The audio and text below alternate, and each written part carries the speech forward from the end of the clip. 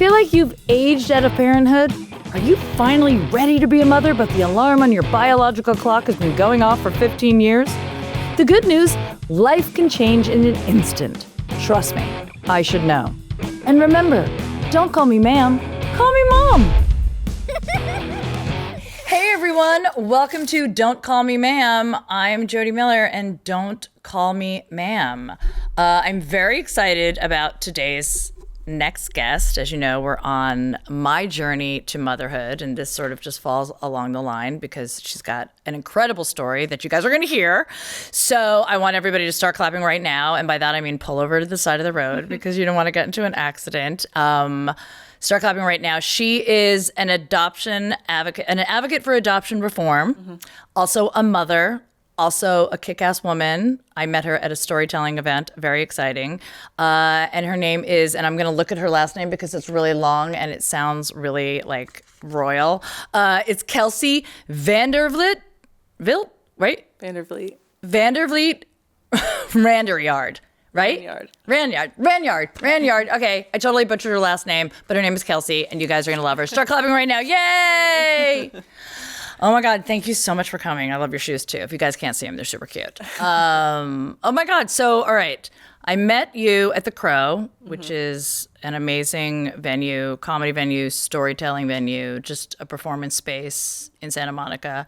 And you were doing this storytelling event that I was a part of, and it was about being a mother and mental health, which, I mean, come on. Yeah, we're all crazy right now. Right. We're all just like heavily medicated, and if you're not, you need to be. But like, share your story because I only know bits and pieces of it, and I know that we sort of we have similar stories but opposite stories. So, Yeah. Right. Yeah. So in 2015, I graduated college, and then I moved back home and lived with my parents. Right. Which, by the way, I feel so old. She graduated in 2015. I graduated in the 90s, the 1890s. That's when I graduated college, when women couldn't even go to college, but that's when I graduated. Okay, continue. Yeah. So I lived with my parents, which is everyone's dream. Everyone's dream. Everybody's dream. I lived in the basement too. Oh which my is even God! better. Congratulations. Thank you. And so I, a few months into being home, and I'm from Indiana, so I'm from the Midwest. I was trying to plan my escape like all over again. Right. I was like, I'm gonna move to LA. I don't know what I'm going to do when I get there, but I'm going to do that because I can't be here anymore. That's what I think almost everybody says before they come to LA. Yeah. I don't know what I'm going to do, but it's going to happen. Right. I'm going to make it happen when I get there. So, and then August came around, and I'd been having like a friends with benefits sort of situation all summer because it's summer and that's what you're supposed to do. And you got out of college and you were living in your parents' basement. Right. Like, why wouldn't you? Right. So, and then I found out in August that I was pregnant.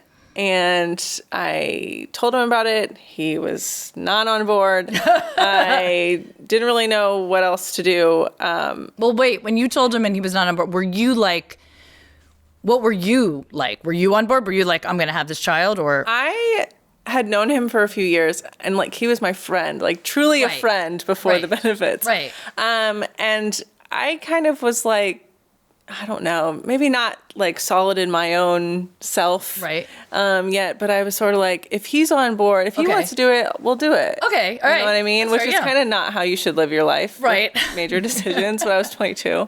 And he was not on board. And so there was a lot of things in between, but essentially I chose adoption because I was kind of terrified of I don't know, like, being a parent, for one, at 22 is not something like that I wanted for myself.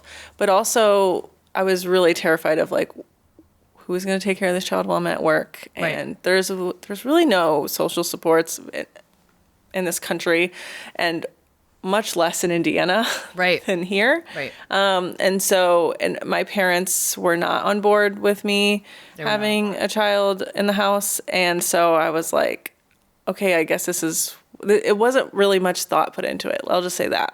So in the very beginning, at least. You didn't, I mean, in the very beginning though, were you like, before you even gave birth, like, I'm going to give the child up for adoption? Mm-hmm. So you were going into that like very early on. Very Yeah, early. yeah. I didn't really like have a concept. I mean, I didn't have a child yet, so I didn't have a concept of like what I was gonna feel when I Right, gave yes. birth and like what.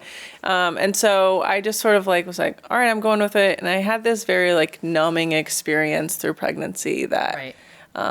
like this wasn't really happening. Right, kind of yeah. thing. And what were you saying to like your friends, by the way? Because here's the thing, it's like, not just friends, but also other people that would see you out pregnant. They were probably, excited for you and like, Yeah. oh, what? And then did you tell them? What I would you did. say? I'm a pretty like open person, which kind of comes back on me sometimes. But I worked at a bar with a lot of my friends. Which is exactly where you want to see is a exactly pregnant where you woman. wanna Which, be. by the way, I also worked at a bar in Hermosa Beach, and my friend Yes. was also pregnant while she was working. I actually 2 bars where 2 people You were kind of pregnant. do well on tips. You do so well on tips. You're like, this poor girl has to sling drinks. And you're like, yeah, there's no ring. There's no on my ring. finger. This is just, oh my God. Just me. And yeah, you do well on tips, but I was really sick. I had terrible morning sickness. That was kind of like all day sickness. Right. And so I was throwing up at work all the time. And just kind of the smells of a bar Yeah. really get to you. So I would throw up. I wasn't really allowed to go throw up in the bathroom. So Because you don't want to see your bartender, Right. your pregnant bartender Right. vomiting right next to the girl who's just vomiting because she did like 5 shots of Jägermeister. I get it. So then I had to go throw up in the alley outside. Which is even better. And they didn't like that either. But I was like, I don't know where to put the vomit. Yeah, where do you put the vomit? I got fired. And they told me that, they told me like, it's just not working out. But then they told everybody, all my friends that work there, that it's just too difficult with her pregnant, and, which is like Ooh. kind of a discrimination Yeah. thing. I never did anything about it because I was going through a lot at the moment. Right. But that's kind of how it started, with people knowing about my situation. Right. It wasn't I was working in a small town. I wasn't living in a small town, but it was, I knew most of the people. Right. And they were aware of the situation. I also had the boss at that same bar. The owners, they like cornered me one night when they found out I was thinking about adoption. They were like, we know somebody that really wants a baby. And I was like, what the fuck are you talking about? Were they like, we'll just pay you? They're like, we'll send you to Arizona. And I was like, we'll send you to Arizona and you can live there while you're pregnant and they'll take the baby. And I was like, sounds like a Handmaid's Tale situation. Yeah, it really does. Like, I oh really my God. don't want And to be a they'll part just of hold that. you down. Yeah. Yes. And you'll just have a You'll just deliver home behind birth. a sheet. Yeah, behind a and sheet. No anesthesia. Exactly. I'm like, wait but a we'll second. all be praying It and was- singing. It was really bizarre. And it was pretty soon after I was like, please stop talking, Right. that I got fired, like shortly after that.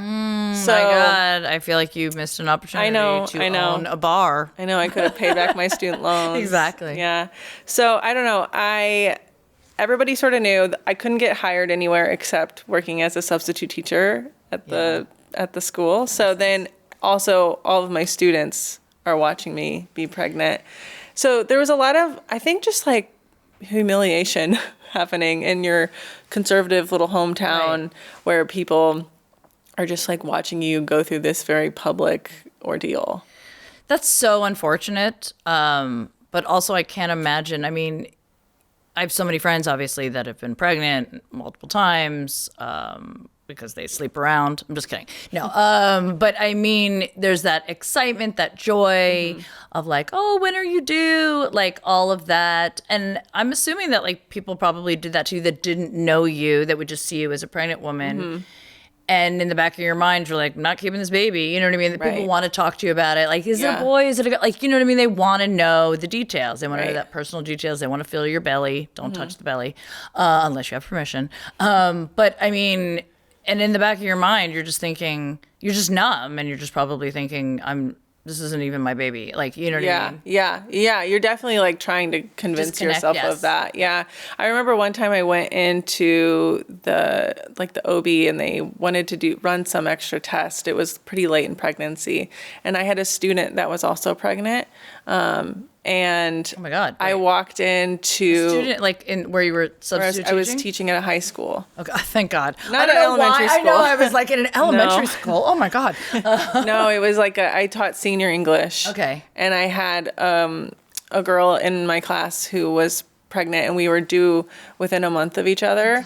And she was parenting, and I was placing my baby for adoption. Right. And so it was really weird. But I remember I went in, and they were like, we're going to send you upstairs to run some extra tests. And it's a big open room with a bunch of different seats and machines. And so multiple people can be in there at once. Yeah. And I sat down in one of the chairs, and the nurse had not closed down the chart before I sat down from the last patient, and it was my student. Oh my God. Like some HIPAA violations happening here, but so- also oh my God, like yeah. really. I mean, honestly, between weird. the bar incident and that, I mean, you could have owned a bar and know. a hospital. I know. I mean, what, I know. on our next podcast, we'll be talking about when to sue. So, okay, all right. So, during this pregnancy, though, I know in the back of your mind. Wait, did you go through like agency? Were you looking at adoptive parent profiles? Yeah. I went through an attorney in Indiana, which looking back, I wish I would have gone through an agency. Because there was, I think I met them in person twice before they came, like before the official signing at the hospital. Yeah, I didn't like have a social worker. I didn't have anybody like giving me just emotional support or counseling or anything like What that. about your parents? So, Were your parents giving you emotional support? I mean, for the first time in their life. I mean, okay, like sort of. So like my mom and I really became close during my pregnancy. We'd go on walks every day, and I felt like I got pretty close to them. But I think there was also sort of like a little bit of a conditional love felt in that way that was like, there was a distance. Was there any time, and I'm only bringing this up because I remember my lawyer specifically telling me that, and I know you were 22. I mean, when people have kids, Yeah. obviously your student was having a child much younger. I mean, Right. it's young, but it's not, it's not 16. But Right. my lawyer specifically was like, I usually do not take on women or girls that are, teenagers that live with their parents because a lot of times the parents at the last minute step up and they're like, let's keep the baby. You know what I mean? And it usually goes the other way. Were there any moments that your parents or even you were like, let's do this, we can do this? No, there was none. And I think that's like one of the things that's like hard to face later on, because you're like, and especially when you're parenting, like I'm parenting a daughter, and if she gets pregnant someday, which could happen, we're about to lose birth control or something pretty soon. Well, she's 4, so it could happen next year, guys. I mean, this is a crisis. yeah, this is a crisis that we're having here. Like her elementary school student was pregnant, now her daughter, I mean. I just like kind of look at her and I think, man, if she came home and she was in the same situation that I was, I don't What would you think say? I could let her go through with it. Right. Do you know what I mean? And a lot of people over the years, I remember my mother-in-law, one of the first times I ever met her, which should tell you exactly how my mother-in-law is. She was like, when I told her my story and everything, she's like, why would your mom not help you? Like, what's wrong with them? And I was like, that's a good question, actually. Right.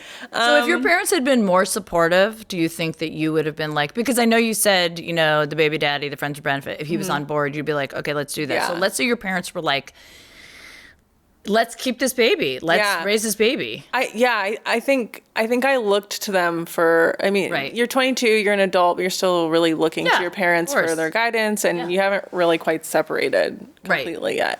I think I looked to them for that, and I never got, and I did voice, probably at 5 months pregnant, I voiced that, I was like, you know what, I think I want to do this, and my mom was like, no. And I was like, oh, okay, I guess not.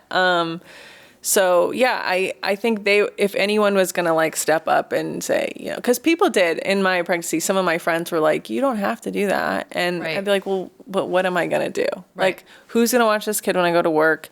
Who am I going to live with? Right. Where am I going to be? What kind of job can I even get? There were so many questions that were left unanswered. Right. Unless I had someone step up and say, I'm going to do this with you. Right. And so I didn't have that. So yeah, it was a little, there's like some things for a future therapist. Right. No. And by the way, you know, by the way, there's also nothing wrong with, I mean, you're obviously listing off real concerns. Where am I going to live? Yeah. How am I going to make a living? Who's going to watch this child while I'm at work?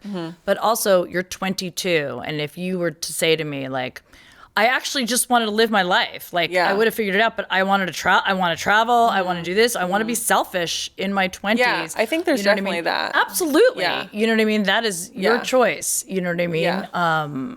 Which is why it's called pro-choice. But it's your choice. You know what I mean? To be like, I'm going to give this child a better home because right now I'm in a selfish place. I just got out of college. I want to find myself before I label myself a mother. Right.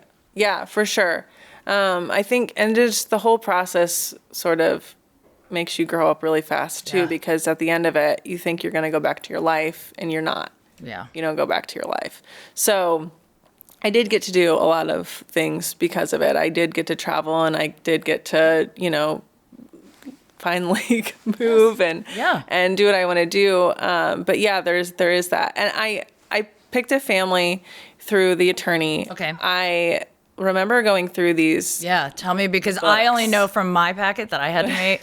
Oh my God. It was like I was putting together this like book. It was a book of my life, and I was just presenting myself in a way that I looked like, look how many friends I have. Look how many animals I take care of, and look at all my friends' kids. Like, I like kids. You're marketing yourself. Oh my God, I call it like online dating. It's like basically, that's my profile. Except at the end you get a baby on purpose. Yes. Like, I was like, look at me, I look so normal. Look, I celebrate the holidays with people. Yeah. Like, it was kind of just like, people like me. People like me. Look, this person has an arm around me. Yeah. Like, wouldn't I be a great mom? Oh yeah, I even like thought about the photo that went on the cover of my packet. I had it once at it was this picture that we took at like a pandemic party outside in a pod, and I looked like I had been held captive for months because I was in my own house because of COVID, and then it was the first time outside, and I looked weird. So then I took another one with me by the Christmas tree, and I'm Jewish, but I was like, this will appeal to everyone. Oh, and I had a cup of hot cocoa. Yeah. And I was like, look at me. I love celebrating the holidays. All the holidays I celebrate. Like, it was like. That's so funny. Yeah. Like, they give you this, and I assume like the books that you're looking at in Indiana look different than the ones in California, because I had this stack of books on our counter for the longest time, and Mom's like, you need to go through these because you have to give these back and you have to pick someone and like, move along with this. So I remember we sat down one night, we're going through these books. Some of them were like bound books, like people really went all in, and that really turned me off. Right. Well, to be honest with you, I actually, nobody ever got one of my books, and I'm kind of angry because I spent a long time. I had to make like 4 hard copies. Yeah. But everybody always got my PDF version of it. Yeah, that's kind of how they do things now. And I was going through these books like, this person is trying too hard. Yeah, if they're like, if you can tell that they're a scrapbooker. Yeah, I was like this red flag. Yeah, no red flag. Too much time on her hands. Too much time on her hands. No, I found, so at the end there was like 6 pieces of paper stapled together. And I was like, I like this. I don't know what's going on here, but this is exactly just like, I gotta just get this book to them to staple it. This is exactly how I turn my work in. And I love it. And I was like, there's no frills here. And later I found out it's just because they hadn't had time to do all that stuff yet, and they wanted to be considered. So I was like, okay, fair enough. But it was, I liked it for what it was. And they just felt very familiar to me. I remember I was going through these books of people, they're like, we're going to homeschool and we live on a farm. And my God.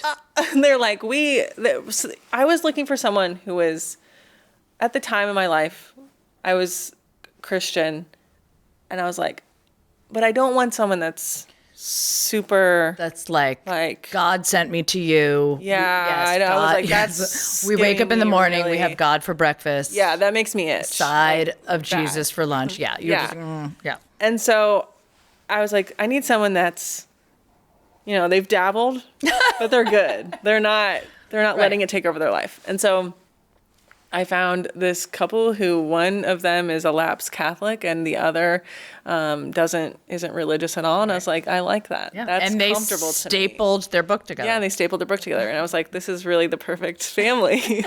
And so I loved that. And I got to know them. We had really similar humor. And that was a huge deal for me. So you picked them. So because my process, what was supposed to be that. Mm-hmm. I was supposed to hopefully get picked and then talk on the phone and then do all that. That did not happen for me. Mine was an overnight sitch. Yeah. So how far along with you when you decided this was the couple? I interviewed 2 different couples. Okay. I don't even remember much about the other ones except like they didn't say this in their book, but I found out when I was like interviewing them that they were planning to homeschool, and I was like, no, sorry.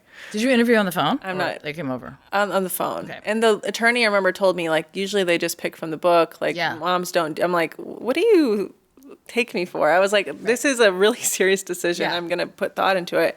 But yeah, I found out these people were like gonna homeschool, and I'm sorry, I was not going through all of that just to have a kid that. No, I want my child in school where they can get bullied by other kids, like not at home getting bullied by other kids. Is a experience. It is. It's a character building Absolutely. exercise. 100%. 12-year long character building exercise. Right. Yeah. So I told the couple that I picked, I was like, I really like education's very important to me. Like, please don't homeschool this child. And they're like, we promise we won't. I need someone that doesn't like their kids enough to have. Oh my God! Home with them all day. I don't like my kids enough to be home all day. I would never. No. Oh my God! It's like, first of all, I'm not smart enough to homeschool. Even if I love them too much. Yes. I don't like them enough, and I also love them too much. Agreed, 100%. Sometimes when I drive her to school and she's just like in a mood, I'm like, this is better for you to be with the teachers. Yes. Like, you don't want to. She's like, I'll be with mommy all day. I'm like, you do not want to be with me today. When I get to that school parking lot and I know that I'm doing a handoff with Miss Emily, shout out to Miss Emily, by the way, because Miss Emily. This is she's one of the most important people in my life. Oh my God. Yeah. My daughter's teacher too. I run from the school. I can't get out of there fast enough. The other day she was like coughing a little bit because she was coming off of a cold. I go, pull it together.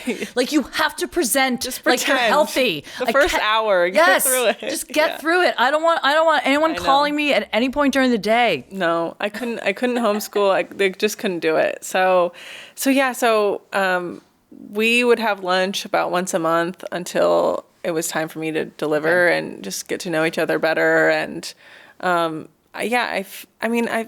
well can you really get to know people before you choose them? But how many months did you have before? I think we were probably matched for like 5 months. Oh, it was quite a long time. Wow. But yeah, I felt pretty solid about them. I think that was the most solid thing I felt during the whole process, because I knew they were good people, and we didn't have a plan we were like, we'll do an open adoption. We didn't really know what that meant. Right. But we have had an open adoption for almost 9 years now, and I mean, we've built a great relationship. I really love them. Right. We did like our first time doing a overnight. I slept overnight at their house. Oh, wow. And it was just really cool. Like, well, I want to talk about that because I also have an open adoption. My story is definitely different than that. Mm-hmm. I'm not having Vicky sleep over. But cut to giving birth, and he comes out. Were they in the delivery room? No. Okay. What was that like? Yeah, I don't know, traumatic. It was so crazy to be in such denial for so long about what was happening inside of me. And then to finally like have him placed on my chest and be like, oh shit, this is for real. This is not, it is true. Like, you feel the most love you've ever felt in your life, and it's very overwhelming, and a beautiful moment. But then, from that point on, it gets very hard because your clock is ticking. And so, like, your time is going to be up and you're going to have to leave the hospital. I signed, away my parental rights 24 hours after giving birth. Yeah. Sitting in a hospital bed in a diaper. Yeah. Yeah. Well. Like, hadn't even had a shower. Hadn't had You're a in a chance to diaper. nap. He's in a diaper. Yeah. A lot of Sleep diapers. deprived, the whole thing. And so, You're crying a lot. yeah, like bawling myself. I remember the lawyer was like, do you need a minute? Yeah, kinda.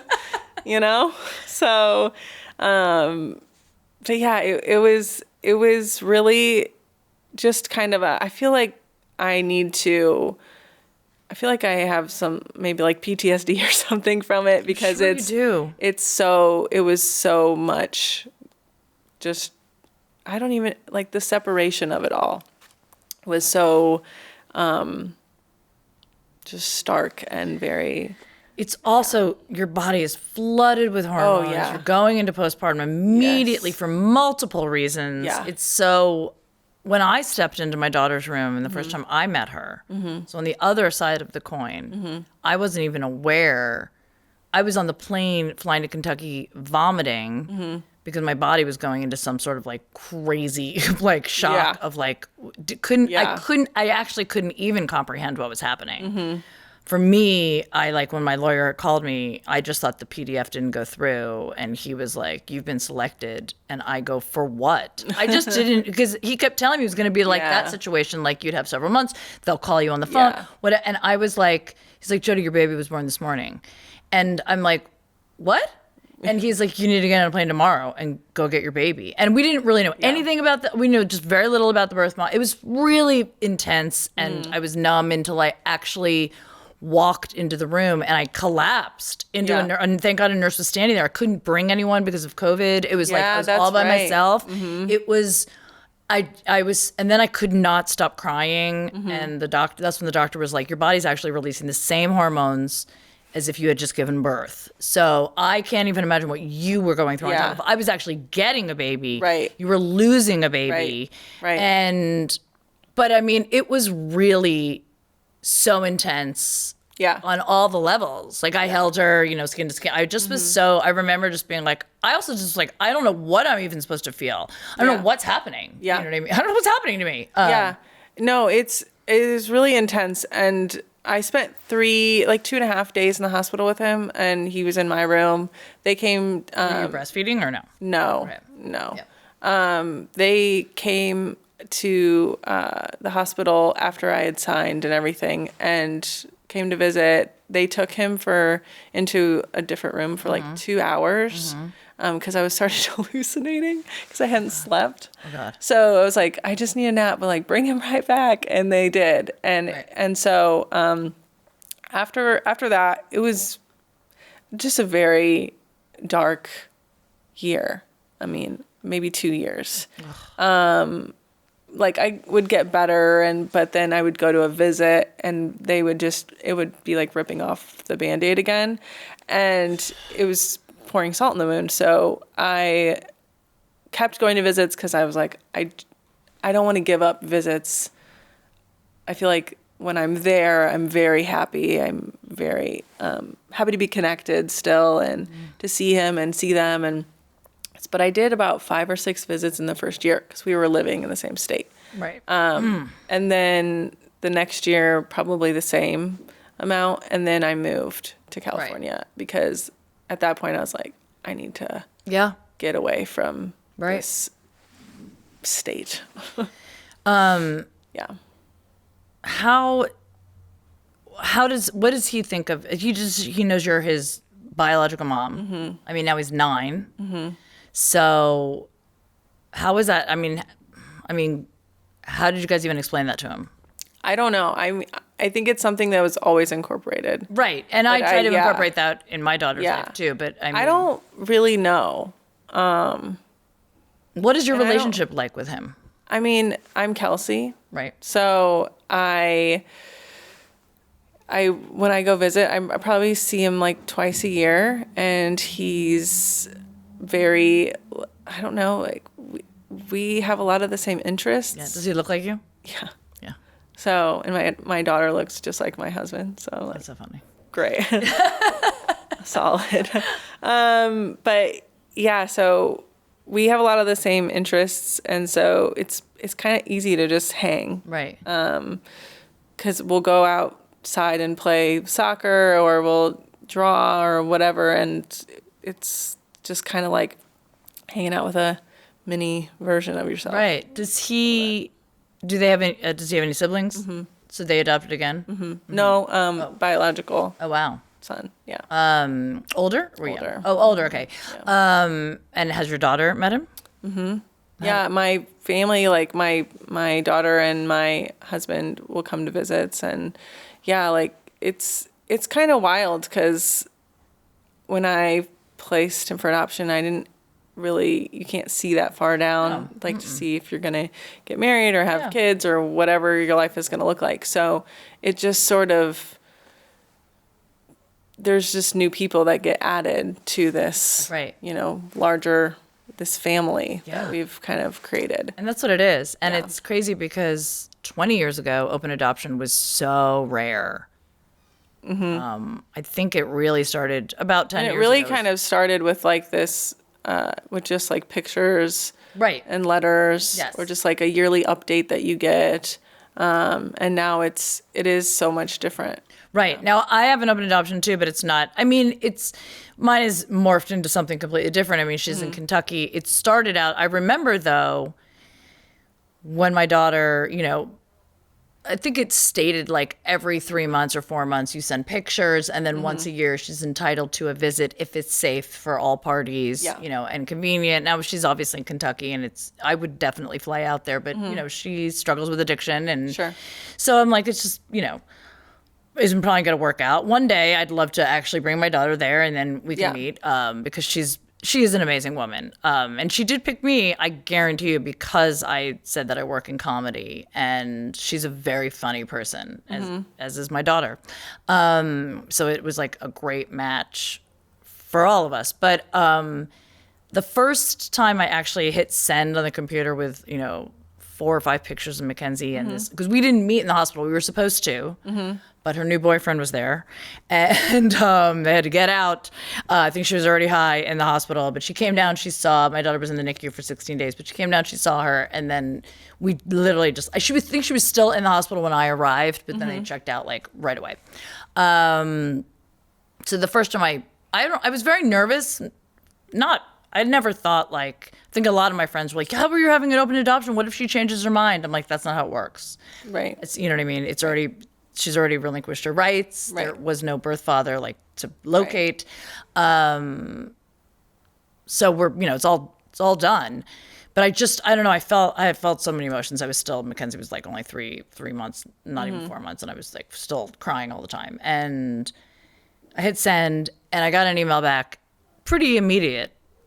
And it was so beautiful that I was like, yes, this is what it's all about. It's all about love. It's all about that child. It's all about my daughter. It's all about your son, knowing that they were not abandoned, that, Vicky was sent, she was like, if I could take care of her, I would. I'm so glad that you're her mommy. Yeah. It was just everything that I wanted to hear, everything that my daughter is going to want to read when she's older. Right. You know what I mean? I'm sure she's still going to, deal with her own issues and stuff like that. But it made me feel so good. I was sobbing, and of course she was like, can you just give her a kiss from me? And from that moment on, every night I give her a kiss from Vicky. Yeah. So she always knows Vicky's name. Right. And now she has a half sibling who lives very close to us. Yeah, that's right. Yeah. So she's a half sibling who lives close to us. They look so alike. It's crazy. And so we tell them, even though they're so young and they don't understand it, you grew in Vicky's belly. You know what I mean? And now I'm your mommy. Yeah. And she's like, okay. She's like, whatever. Yeah. She's like, get me more chocolate milk, mommy. But I think I'd like to believe that it's going to be easier when she gets older compared to a closed adoption where, Yeah, I think that just from my reform, my advocate hat, I think that because open adoption was really created to, I guess, get rid of this secrecy that closed was the that was the whole reason that closed was they sealed records. We still seal records, by the way. Right. But they would seal records, and they wanted to keep things and keep it a secret, keep the biological family a secret. And that had some pretty really harmful for kids, as you can probably imagine. And open adoption definitely solves a lot of that secrecy problem. But I think there's new hurts that come in with open too. So first of all, did this, obviously your experience, did that prompt you into getting into this? Yeah. Okay. Yeah, So, I was like going to a support group for birth moms in Indiana, and I didn't know it was through this agency in Indianapolis, but it was. And I got lunch with the agency one day, and they were like, "We want to hire you." So I wasn't like looking to get into this at all. I was a paralegal at the time. So I started working in adoption agencies, and I worked for a children's firm in Laguna Beach. Okay.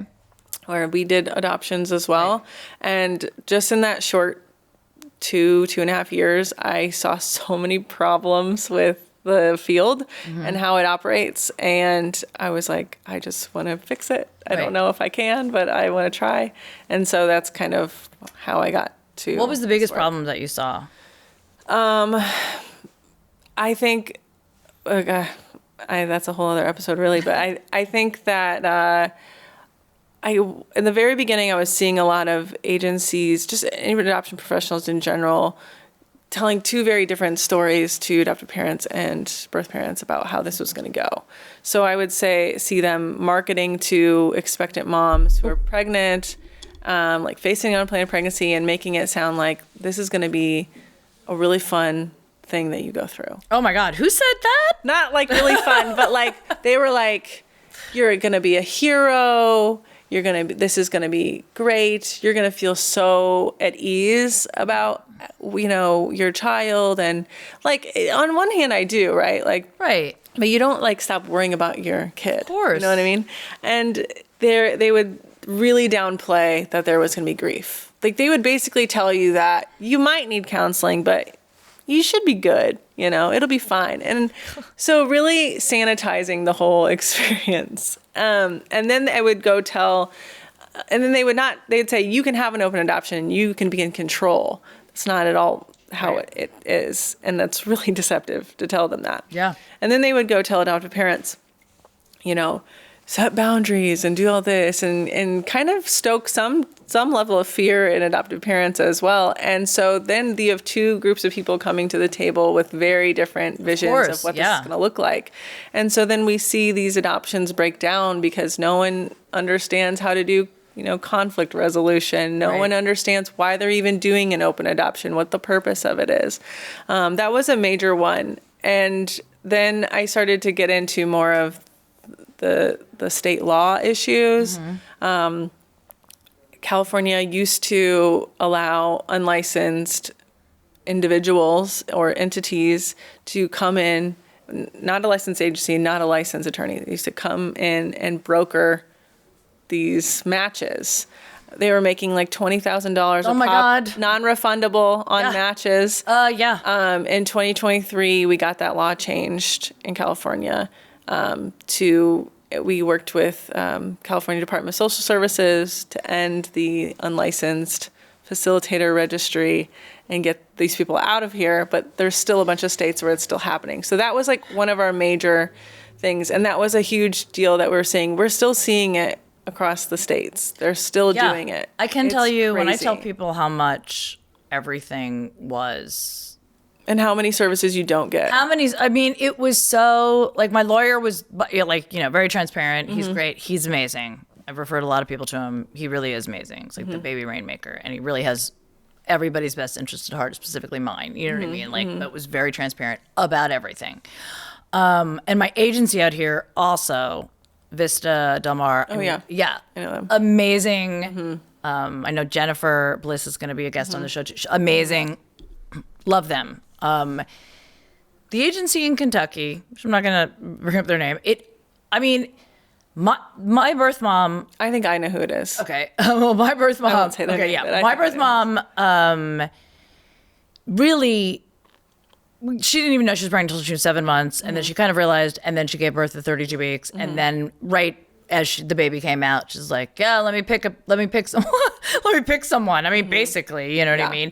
She picked someone. That agency, that worked with her before, but did nothing, let's just say. And the lawyer that was attached to that. So I didn't even know that there was a lawyer on that side too. I didn't know any of that. Yeah. That stuff was not, all I know is that after my lawyer called me, the social worker in Kentucky called me. She was great, but it was so much in my face. It was too much in my face. I was in a state of shock. I couldn't hear anything. And then that lawyer also called me. And from the moment I got off the plane, it was like $30,000 out of pocket. Immediately when I got off the plane, I'm like, hold on a second. You don't know how many times I see emails come across that are advertising these cases, and it looks like a dog for sale. I'm not kidding. It looks like a dog for sale, and they say, must have liquid funds. Oh my God. Wire in 24 to 48 hours or it's off. And I'm like, so now we're transactionally matching. Yes. This isn't a match of like, what's the child's best interest? Right. What does the birth mom really want? No, Right. This is who's getting paid and Right. who wants the money tomorrow. Right. Yes. Yeah. And they got it. I mean, and you know what? I'll never forget because they did call me. I got there and I obviously needed a secure line to wire money through my bank. I mean, my lawyer was very transparent about, he would always send me the breakdown with a possible birth mom scenario. The amount the birth mom got was so little. And I don't know if they just assume that we're all like this, but we're all in a state of shock. Everybody's in a state of shock. The birth mom, the adoptive parents. I didn't know what was happening. I was also by myself and I'm looking at these things and I'm like, okay, like I definitely, if I had had several months to prepare, I think maybe I would have handled it differently. But anyway, I got there, I wire money to that lawyer. Then they call me up and they're like, the birth mom wants to get her money because she wants to go shopping. She wants to go to Victoria's Secret. I was like, what? I was so like, okay, well, I was just waiting to get to a secure line. This is just an open line. I'm not just going to get into my bank and wire you $28,000. And then another little bit. And then I'll never forget, I was home with my daughter for a month and that agency from Kentucky called me and said the birth mom wants another $1,000. And I said to them, take it out of yours. Yeah. Not that I don't think Vicky deserves it. She 1,000,000% deserves it because she got like next to nothing. I mean, she got, a couple thousand. That's it. I go, give it out of yours. You did nothing. Right. What did you do? Vista did so much. They were calling me, Chantilly was like, I was kind of losing my mind too, because also someone from the state came and called me in Kentucky. I came home for 3 days to get a suitcase, like a large suitcase. I didn't have anything, and then fly back while my daughter was like learning to take a bottle on her. They don't sell suitcases in Kentucky. They didn't sell them, and Kentucky was really weird. And I have to like lobby for that. No, I had to get my suitcase and bring the car seat and everything. You know what I mean? Mm-hmm. I was like, oh my God. And she had to learn how to take a bottle. So I came home for 3 days, and while I was home, I got a call from like a different person, the state, the child protective services. I don't know. This guy's like, are you the potential guardian? That's what he called me. And I was in like, because it's the state. Yeah. I was like, the public system and the private system are like, they don't get along. No, they did not. And he was like, we need to, like, your daughter's here alone. I'm like, what? I was losing my mind. And then of course somebody told me to calm down, which you don't say, you know what I mean? I'm like, what did you just say? So then, of course, my social worker was amazing, and she was very reassuring. She's like, it's totally fine. We've already talked to them. It's all good. It all worked out. But yeah, I didn't really have a lot. I was like sort of blindsided by a lot of things. And when they called me up a month later and they were like, she wants another 1,000, I had to call my lawyer. He was like, yeah, I would do this. This is the last. Anyway, it happened. And then the lawyer on her side sent a bill for another $2,500. And I straight up said, you're not getting that. What you're listing, I've already, like, you're not getting it. And they never, I'm like, you can try to get it from me. You're not getting it from me. I see that a lot. We work with a lot of like parents will call us and tell us like how much money they've lost through these processes. Oh yeah. Because if they change their mind, the birth mom changed their mind, you lose that money. There's and some of these places, I swear they're making stuff up. Like they're making up women who are pregnant and like serious? Fraudulently. Yes. There's a judgment in the state of California against one of those unlicensed facilitators for $500,000 for manufacturing situations. Oh my God. Because Could you imagine? They are, like, they don't have to, there's nobody that they report to. They can do what they want. But yeah, some of these agencies, they prey on this double desperation. There's a desperation of the moms who are pregnant, they don't know what to do. And there's a desperation of people who just want to become parents. Yep. And then the money gets in the mix and it's done. Like they get their paycheck.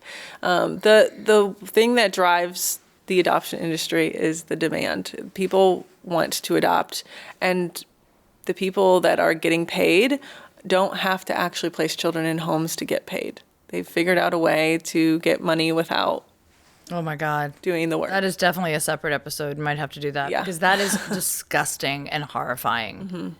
And also not surprising No. that people do that. That they figured out a way. I mean, And no one's really like overseeing this. yeah, to it the feels like extent that no they need one's to be. overseeing it. I mean, thankfully I had a great outcome and she was worth every penny. Some days I'm like, but I'm like, at the end of the day though, I was like, why is this so much? Like, can you just break down where it's all going to? So I know, like, obviously I want, my caseworkers to get a good salary, the agency. Right. But like, compared to my agency compared to the one in Kentucky, again, they really didn't do anything. Yeah. Like really anything compared to the agency here. And the difference is of like $20,000 difference. Yeah. The average cost of private adoption in the U.S. has gone up. I mean, I've been working in the field for 8 years now.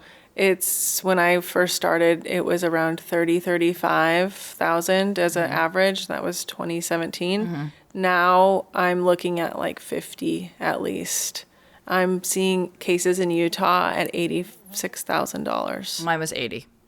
Yeah. 80,000 Yeah. for everything. A lot of that has to do with the interstate. So you add all these players. Yes. And then everybody wants their piece of the pie. And then you have people, like it used to be just in state for the most part. Right. You're adopting in state. You're working with one agency. The agency's working with a mom. Agency's working with you. Yes. An attorney comes in to finalize. And I'm not saying that that's necessarily always the way to go, but that definitely keeps the cost down. Yeah, it definitely keeps the cost down for sure. I think I knew that going into the reason I went with my lawyer and the agency, and another friend of mine did the exact same thing with that agency and that lawyer. And again, David Radis is his name, and he's. I was going to ask if it was Yeah, David it's David. Radis. Everybody knows David. Yeah, he's like the baby rainmaker, and and so many people throughout the years have been like, when I posted about my daughter, people commented, I worked with David 30 years ago. It was like, it's really nice stories. And he was very transparent about everything. And I really felt like he was the best option for me because I was an older mom and I was single. And I knew it was going to be a little bit more difficult. And if I'd stayed in the system, it would have definitely taken a lot longer. And he obviously looks at all of the states and was also really open about what he looks for. Right. And he was really great and supportive in that way. So I'm glad I went that way. But I could understand, if I was a younger, part of a partnership and I was staying, I would probably stay in state. You know what I mean? Yeah. I just knew that this was my best option. And it still took me Right. a little over a year and a And we half. hear that a lot from like couples who are LGBTQ. Yeah. They say all the time, like, our local Christian agency won't take us. Which is a whole other episode again. But so then they also get really like roped into these really high price cases. And it's crazy. Just the people get preyed on in these very niche ways, There's a lot of, by the way, when I was looking, before I even went with David and Vista, I'll never forget, I was actually performing in Salt Lake. I was doing 2 shows, and I remember I was in the hotel room, and I had really already decided, I was like, this is my route. I'm doing adoption, because I had tried everything else, and I was like, this is where I'm going. And I just went online. And they'll sell you. They'll sell you on their we're going to match you with a baby like that. Like, look at this, look at that. And then they try to be like, our cost is this, you know what I mean? For this, for $18,000, you get all of this stuff. And in reality, if I had done that, I would still be waiting for a baby. Well, and also like you'd probably be receiving really poor education and poor. And I would still have to get a lawyer on top of that too, with all of that. Yeah. Vista was very cool about everything. Yeah. The home study, everything. And then obviously it happened. My last class was during the pandemic, but they were really great. And they offer a lot of aftercare. Yeah. Which is the most important thing. And I don't think people really think about that at all, because they can't see that far ahead in the future. But the aftercare is the most important part. I never got like counseling afterwards. I still haven't. And I can't get a therapist to respond to my emails. So that's really concerning. Yeah, I'm really looking for one covered by United Healthcare. So if anybody's listening, I'm sure they are. Yeah. Yes. So I didn't really get much. And then also the adoptive parents didn't either. Nobody really knows like what to expect afterwards. But parents bring home kids and they need help with adoptive parenting is a little different than parenting a biological child, and that's okay. Like you got to meet the child's needs, and so having aftercare is huge.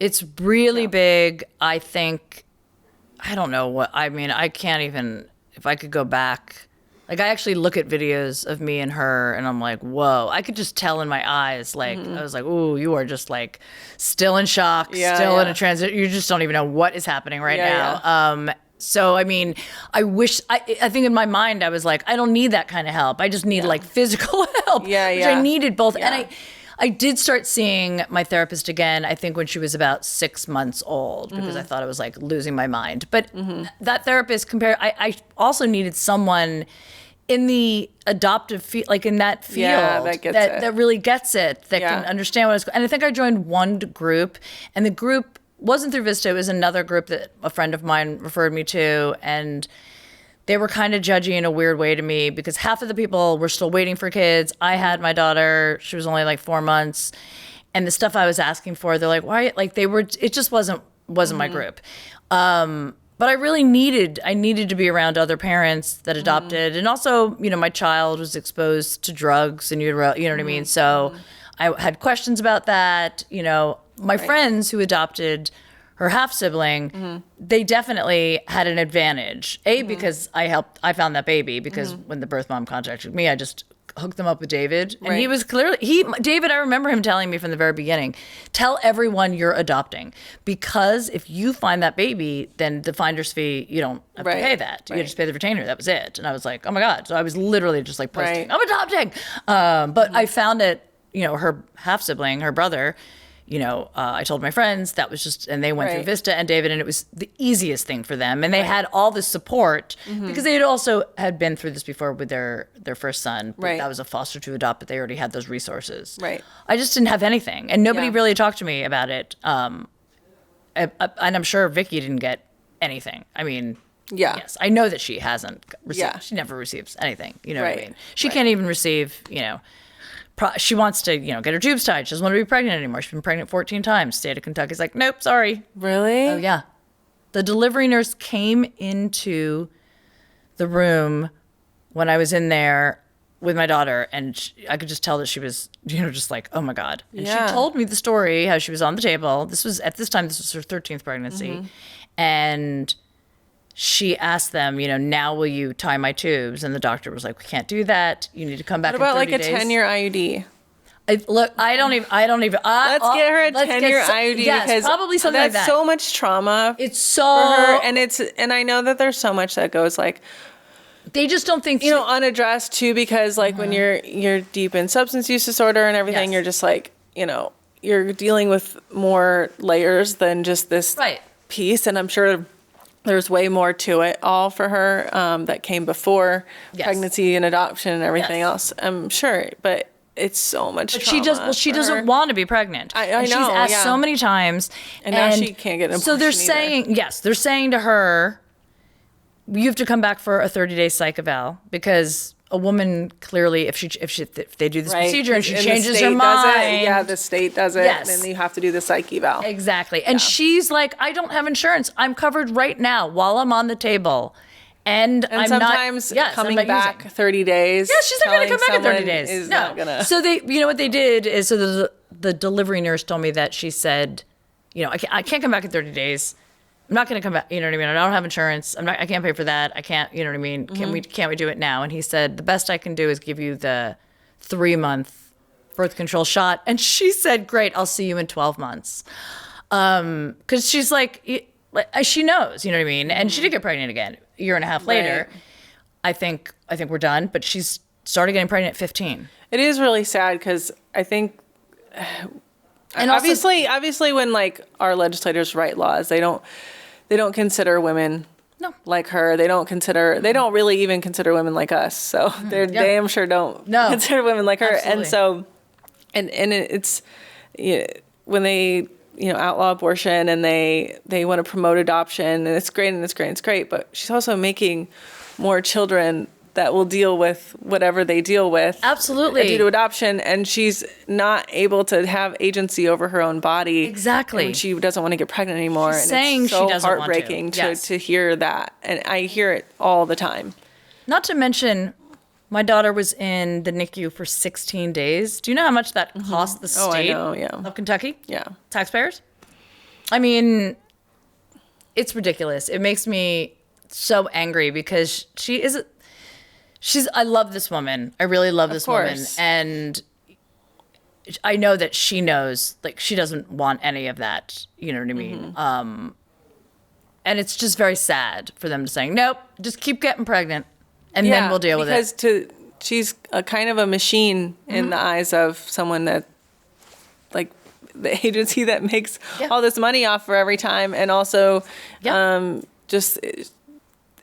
she kind of, and that's really sad to just treat any human being like that. It's really sad. It's very sad. It's very Handmaid's Tale, like you said in the beginning. But it's also like, so I mentioned this on another episode. I found out while I was there.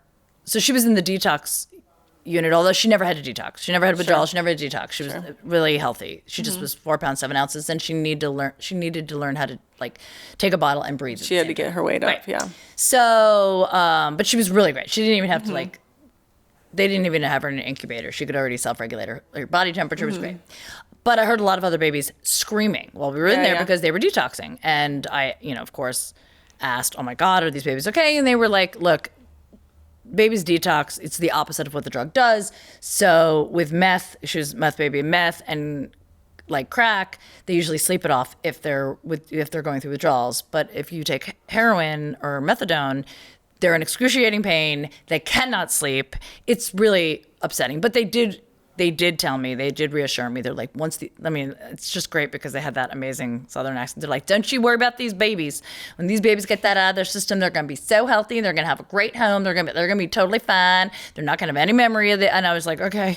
I was just so like disturbed by it all. But then I found it's heartbreaking. It's heartbreaking. Yeah. And then I found out that a mother that, or you know what I mean, a woman that uses heroin gets pregnant. She doesn't want the state to take her baby, so she switches to methadone because it shows that they're trying to get help, even though that's just, legalized heroin, basically. Yeah, I mean, it's safer. Right, safer, but still, and right. And also, apparently, it's a fertility aid.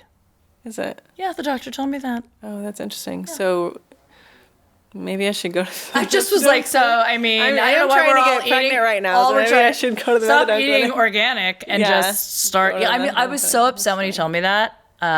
He's like, yeah, it's really upsetting. That's a design flaw, I think. So that's interesting. I know this facilitator, this adoption facilitator, unlicensed in Ohio, who goes and camps out at the methadone clinic and passes out her. Oh my God! This is the level that we have reached. Wow. So, this is the level. Okay. On that note, well, thank you for sharing your story, because I know that's not an easy story to tell over and over again. And you just said you're trying to get pregnant again. Mm-hmm. You will. Yeah. You get pregnant again.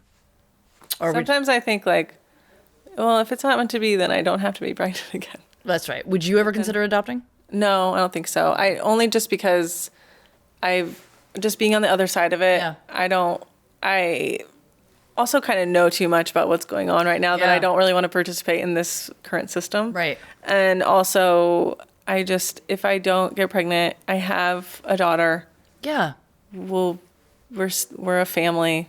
we will be fine. Right. It is what it is. I feel it. You're gonna get I pregnant. mean, I would be sad if I can't get pregnant. I would go through that. I think you're pregnant right now. I'm just kidding. I don't think I am. I'm just kidding. I did try last night, but no. She's pregnant right now, guys. I called it here first. If it happens, I will be doing psychic readings from here on out. Thank you so much for sharing your story. You. And I definitely want to have you back because the system is flawed. And a lot of women are having, obviously, fertility issues, and adoption is a real possibility. And I want it to be a real possibility for so many people, and it shouldn't be out of range. It shouldn't be, you know what I mean, $80,000 to $100,000 to adopt. Right. It just shouldn't be that way. You should qualify because you would be a good parent. You're going to be a good for the parent. child. Absolutely. Yeah. That's exactly right. Thank you so much. I'm going to list. I'm going to list where to find this episode. I'm not cut that part out. I don't even know why I said that. I'm going to list everything. Thank you guys so much for listening. My name is Jodi Miller. This is Don't Call Me. Thank you guys so much for listening. I'm Jodi Miller. This is Don't Call Me Ma'am. Don't call either one of us ma'am, especially because she's trying to get pregnant. She's not a ma'am. She's a mom. You can call us mom.